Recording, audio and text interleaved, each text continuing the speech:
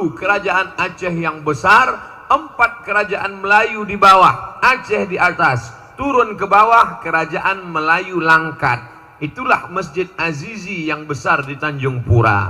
Turun ke bawah kerajaan Melayu Delhi. Itulah istananya tegak berdiri, Istana Maimun.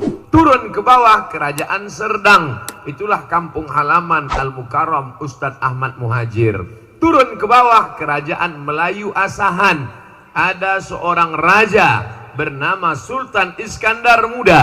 Sultan Iskandar Muda mau mengunjungi kerajaan besar di Malaya bernama Kerajaan Kesultanan Malaka. Sebelum sampai ke Malaka, dia singgah di sebuah tanjung. Di tanjung itu ada balai-balai, maka disebut negeri itu sebagai kota Tanjung Balai, sekarang Kabupaten Asahan. Menikah dengan seorang gadis bernama Putri Selendang Ungu. Lalu kemudian hasil pernikahan itu lahir seorang anak laki-laki bernama Abdul Jalil. Itulah yang menjadi sultan pertama kerajaan Melayu Asahan, Sultan Abdul Jalil, yang mengalir darah Sultan Iskandar Muda dalam dirinya. Maka 4 kerajaan ini yang sekarang disatukan dalam Provinsi Sumatera Utara berbatasan langsung dengan kerajaan Siak Sri Indrapura Riau. Ketika itu 4 ini tidak berani diusik oleh Belanda. Kenapa? Karena ada serigala singa besar menjaga dia. Persis seperti saya saat ini. Saya saat ini berceramah, maka semua mahasiswa Civitas Akademika diam mendengarkan. Padahal yang ceramah ini hanya LCMA. Lagi cemas menghadapi anak-anak unsia. Kenapa mahasiswa ini bisa tenang mendengarkan? Sebetulnya yang dipandang bukan yang ini, tapi ada singa-singa besar di belakang. Yang gagah, yang perkasa, yang profesor, yang guru besar. Mereka yang ada di belakang. Disangka orang ini yang didengarkan. Bukan. Inilah bahasa Melayu istilahnya menumpang tuah. Jangan sampai kita tidak sadar diri, tahu diuntung, merasa kita yang bertuah. Belanda tidak berani mengusik kerajaan-kerajaan kecil ini. Kenapa? Karena ada kerajaan Samudra Pasai, kerajaan Aceh yang besar. Tapi mereka sadar, ini Aceh tidak bisa dirusak dari luar. Makin diserang dia makin kuat, makin diserang dia makin hebat, makin diserang dia makin kokoh. Mereka berpikir bagaimana merusak Aceh. Akhirnya mereka rusak dari dalam lewat perbedaan pendapat bernama ikhtilaf. Perpecahan muncul dari dalam. Siapa yang merusaknya? Yang merusaknya bukan orang dengan rambut gondrong, dengan gaya Belanda, Tuan Menir. Bukan. Siapa yang merusaknya?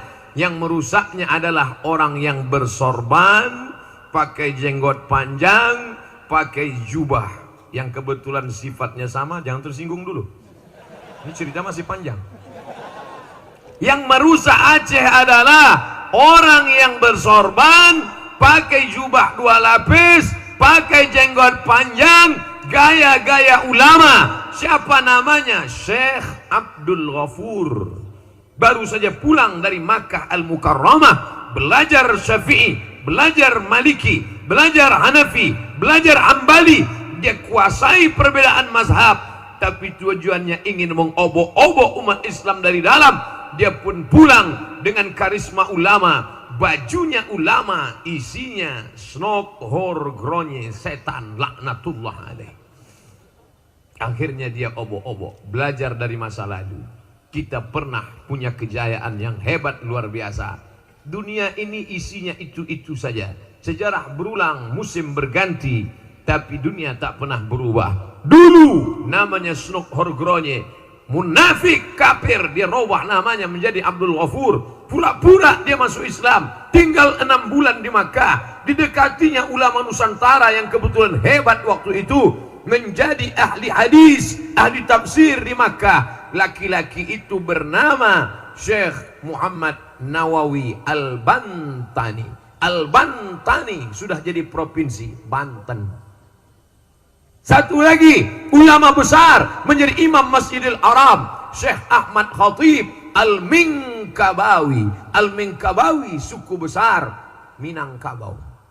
Bukan sekedar rumah makan sederhana, tapi juga bumi Minangkabau yang melahirkan ulama. Maka hari ini kita sedang seperti yang tertulis di baliho belakang, melalui silaturahim kita tingkatkan ukhuwah kebangsaan. Orang Banten pernah besar, orang Minangkabau pernah besar. Aceh jangan tanya lagi tentang kebesarannya. Yang menulis kebesarannya siapa? Saya dengan mata kepala saya sendiri melihat di perpustakaan tempat saya kuliah, Darul Hadis di Rabat, Maroko. Lalu saya buka buku itu, ditulis oleh seorang laki-laki explorer dunia, keliling dunia dia. Sebelum dia pergi ke Aceh, dia umroh dulu di Makkah. Tawaf, sa'i, tahallul, dia langkahkan kaki dari Masjidil Haram. Bismillah tawakkaltu 'ala Allah, la haula wala quwata illa billah. Dia lanjutkan perjalanan. Dia pun bercerita dalam buku itu, aku sampai ke sebuah negeri bernama Sumatra. Dia tulis di situ, Sumatra. Di pucuknya aku turun, aku lihat rajanya menghormati ulama. Ulama-ulama diberikan naik kuda dan gajah.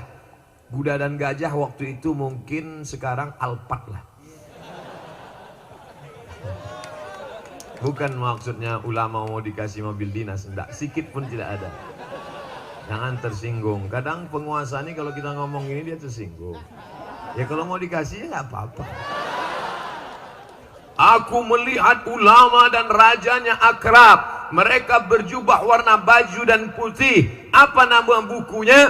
Kalau tidak percaya sudah diterjemahkan ke bahasa Indonesia yang tidak bahasa Arab. Bukunya berjudul Rihlah Ibni Battutah.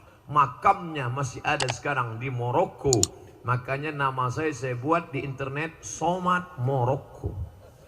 Banyak orang nanya, kenapa Ustadz buat Somad Maroko? Kenapa tidak Somad saja? Pengalaman pernah saya tulis di Google Somad, keluar sinetron Bang Somad. Maka saya buat Somad Maroko. Karena saya pernah kuliah di sana, dan yang paling banyak di antara 30 sekian provinsi di Indonesia, di antara anak-anak bangsa yang paling banyak kuliah di Maroko adalah anak Aceh. Tapi terus terang, saya sama anak Aceh dulu waktu di Maroko kurang suka lah, kurang senang. Kenapa? Mereka duitnya banyak, beasiswa dari APBD. Itulah, maka saya tinggal di asrama, kurang suka. Sampai sekarang alhamdulillah, yang paling banyak ngundang saya malah Aceh. Ceramah terbanyak, teramai, terpenuh halaman Ustadz Somad selama penceramah, selama memberikan tabligh akbar di Aceh. Kapan itu? Acara mengenang tsunami bulan 12 kemarin. Setiap saya pergi, pasti ditanya orang, Ustadz Somad, dia kemarin kami tengok acara live internet Ustadz yang paling ramai di Banda Aceh ya? Ya. Berapa itu Ustadz? Saya nggak ngitung, saya bilang. Tapi ramai luar biasa. Itulah ceramah internasional. 2 bulan yang lalu saya ke Brunei Darussalam, jumpa masyarakat di sana. Ustadz masih ingat dengan saya? Di mana kita ketemu? Waktu acara malam di Aceh. Oh iya, Masya Allah. Iya Pak, ingat. Bapak Ibu yang dimuliakan Allah Subhanahu wa Ta'ala, ini kebanggaan. Selama di Aceh ini udah saya hitung-hitung dapat rencong lebih 10. Rencong di kanan, keris di kiri, dompet hilang juga.